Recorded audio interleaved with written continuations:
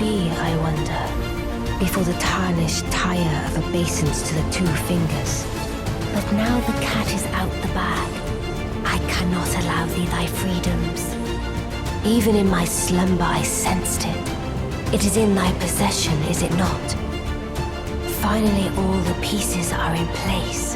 Now cometh the age of the stars. Don't worry, Torrent. Fortune is on his side.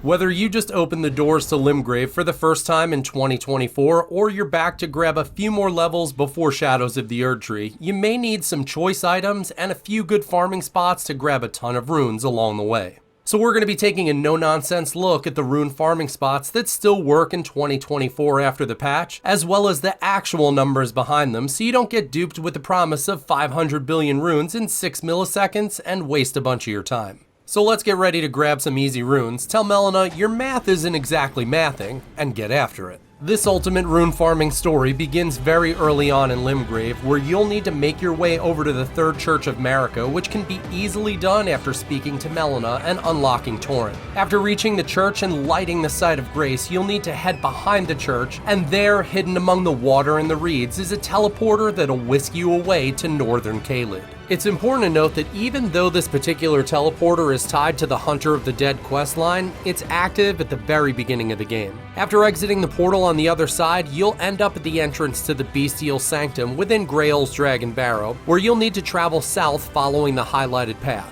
Along that path, you'll need to cross a bridge guarded by a dragon. However, you can easily ride past him on Torrent on your way to the Lens Rise Site of Grace. From this location, you can begin farming one of the most popular and well-known spots in the game, and while I've covered this spot a few times in the past, after returning to Elden Ring, it still works in 2024 after all the latest patches, and it's one of my favorite farming methods when starting a new character. Your main focus will be to ride Torrent to the west towards the underside of the bridge until you trigger a magic ball trap. Once it appears, you can swiftly dodge it so it falls off the cliff instead of rolling down the path, and then just return to the Site of Grace to reset the ball. If you do it correctly, you'll gain 1,952 runes per run at the very start of the game without any rune boosts running in the background. As early game methods go, this still remains the absolute best way to rake in runes when just starting out, and the math proves it. With each run being an average of 30 seconds, including the rest time at the Site of Grace, and not really pushing Torrent to his limits, you can expect to pull in 3,904 runes every minute if you're doing it consistently. If you keep that consistency up for an hour without being asked to empty the dishwasher, fold the laundry, or take out the trash, when all is said and done, you'll end up with 234,240 runes per hour. And if you push 3 runs every 74 seconds, that's 286,944 runes, which isn't really too shabby.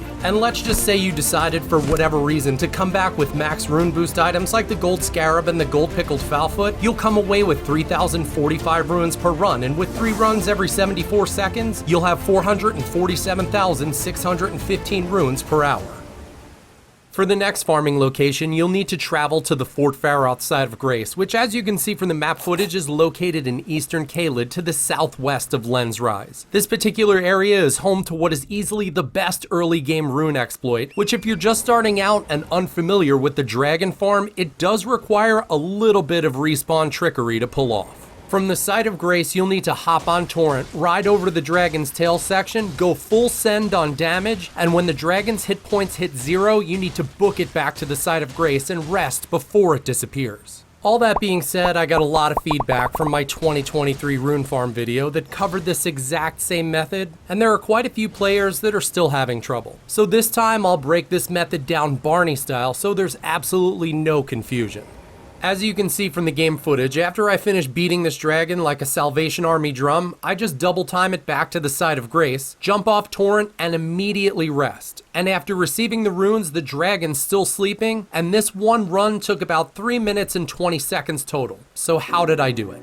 Well, for starters, in order to speed up the process, you'll need a weapon that causes hemorrhage, known to most players as blood loss, which is a popular status effect that builds up through repeated application of the effect. Once the hemorrhage meter is filled, the effect is triggered, and the target takes damage equal to a percentage of their maximum hit points. And since Elder Dragon Greyoll has a little over 87,000 hit points, she'll take 13,784 points of damage every time the hemorrhage is triggered.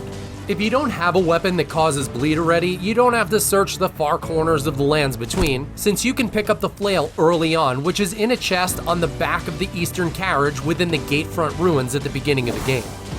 If you want to add just a little more cheese to the mix, you can actually manually save your game by uploading your save game data to the cloud so you can reload it back onto your system in case you mess up. If you aren't really clear on how to do it, there's a link in the description to a video that'll help you out. Once the dragon's hit points are finally low enough, you can hop on Torrent to finish her off so you're seated in the saddle when she dies, which does save about a second on your way back to the side of grace to reset before she disappears completely. It's important to note that if you don't do it right, you'll receive 5 dragon hearts and the 50,000 runes for the kill, but the dragon will remain dead for the rest of your playthrough. So what are the actual numbers? What you can expect on your first playthrough without any rune boost items is 50,000 runes every 3 minutes and 20 seconds on average. And if you get after it for an hour, you'll squeeze in about 18 runs, which will net you a clean 900,000 runes. And if you run the gold scarab and the gold pickled fowlfoot, you can grab 1.4 million runes per hour.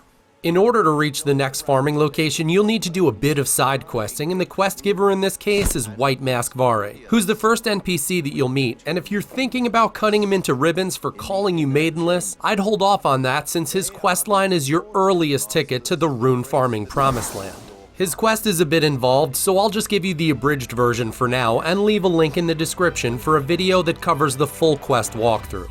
After talking to Varré, he'll point you in the direction of Stormvale Castle, which is the main legacy dungeon in the area, and to complete his first quest marker, you'll need to kill the demigod Godric the Grafted, who's the main boss of the castle. After chopping up Godric into tiny pieces and turning him into fertilizer for your tomato tree, you'll be granted audience in the Round Table Hold with Enya and the Two Fingers. After completing Enya's dialogue, you can return to Varré's location at the first steps where you'll notice a glowing note on the ground that comes complete with the Bravo emote, as well as an invitation to the Rose Church, which is located within Liurnia of the Lakes. After talking with Varré, he'll give you a parting gift, which is a handful of festering bloody fingers, and from here you really have 2 options.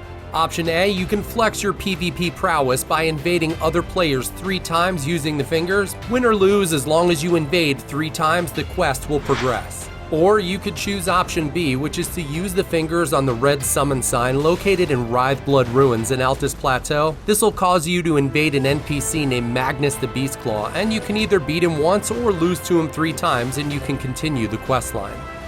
After using the fingers, you can return to Varré, who'll hand you a cloth called the Lord of Blood's Favor, and he'd like it to be soaked in the blood of a maiden. Maiden's blood can be found in a few different locations. The first is the Chapel of Anticipation, unlocked through the 4 belfries, where you'll need to bring down the grafted scion. The next is the Church of Inhibition above the Frenzied Flame Village in Liurnia of the Lakes, and the last option is killing Irina in the Weeping Peninsula if she isn't already dead. After returning with the cloth and going through some more quest dialogue, you'll be granted the Pure Blood Knight's Medal, which is your very own personal teleportation device into Mohgwyn's palace. After using the Pure Blood Knight's Medal and entering Mohgwyn's palace, you'll need to unlock the Palace Approach Ledge Side of Grace, which, as you can see from the map footage, is located in the southeastern section of the zone, and you can easily get there by racing Torrent through the bloody water and past all the enemies. This farming method is pound for pound the best one during early to mid game, and while I've covered the same spot in 2023, it's amazing it still works in 2024 after all the current patches, since it's easily one of my favorites. From the side of Grace, you just shoot the bird across the canyon, and once you hit him and gain aggro, he'll run off the cliff in vain attempting to get you. Without any rune boost items running in the background, you'll gain 11,038 runes every time the bird falls to its death during your first playthrough. So how much can you really get here? Quite a bit more than you might imagine, and if you look at the math on it, it's way better than any of the out-of-the-map jump glitches that promise you max level and millions of runes every second, and I'll prove it. Even in NG+, the bird farm still comes out on top as the king for mid-game. If every time the bird falls you're pulling in 11,038 runes, and if on average you can shoot it 6 times a minute, you'll pull in 66,228 runes per minute. If you can keep that pace up for an hour, you're looking at 3,973,680 runes, which is huge. If you happen to have the golden scarab and the gold pickled foulfoot running together, each kill ends up being 17,219. And if you hit it hard for an hour without any mistakes, you'll rake in 6,198,840 runes. It's also important to note that the foulfoot keeps running if you just sit at the side of grace, but you'll lose its effects once you fast travel. Still not convinced? That's fair, but just for fun, let's compare it to one of the out-of-the-map jump glitches with max rune boost running in the background and see how they stack up against each other.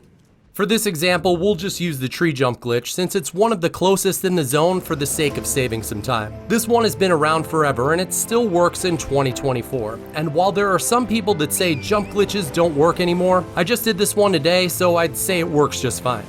The concept here is to head over to the large white tree in the corner of the map, and with some hitbox abuse, you can run Torrent up the roots and double jump him onto a small ledge and then jump him up on top of the cliff. Once up top, just run along the edge for a bit and find a spot to double jump out far enough to pass the clipping plane, and then just swing your weapon constantly. It's important to note that if you don't swing your weapon and you just free fall, you'll just end up dying. So the big question is, what can you actually expect from this one? Well, it's not as much as you might be led to believe.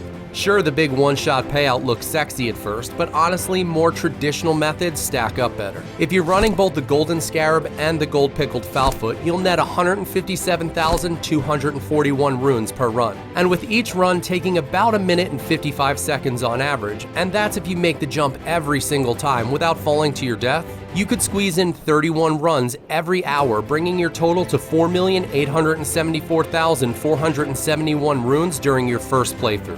However, if you compare it side by side with the bird farm, and that's if you're completing both methods above average for a rock solid hour, the bird farm outpaces the jump glitch by 1,324,369 runes. And on top of that, when you use the jump glitch, you need to fast travel back, which causes you to lose the foulfoot effects, making this method very consumable intensive. Even when you turn over to NG Plus or even NG Plus 7, you need to remember with every furtherance of your journey into the lands between, the amount of runes you receive is slightly multiplied across the playing field. So even at NG Plus 7, sure the jump glitch is worth more, but so's the bird, making everything relative. And as you can see from the game footage, it takes way more than 30 seconds. In a rune farming strategy, details matter. For the next method, we'll head back to the Palace Approach Ledge, because when it comes to farming, the Hill Farm, which is in the same location as the Bird Farm, is the absolute best for late game farming. Whether it's at the end of your first playthrough or whether you unlock Mohgwyn's Palace in NG Plus 5, it destroys all the jump glitch methods by a landslide. The only catch is the best weapon for the job is the Sacred Relic Sword, and it's in the hands of the final boss of the game. As methods go, this one is as easy as it gets. Starting from the side of Grace, you just run out to the small rock outcropping and send it, then back to the side of Grace to rinse and repeat the process. Now on to the important question. What are the numbers? Each swing at the top of the rock with max rune boost running in the background rakes in 44,636 runes. And from there, it's a quick turnaround to reset the run. Sure, you could run an extra few steps and swing again to get a few more runes and clear the entire hill, but that does burn some precious pickled foulfoot time.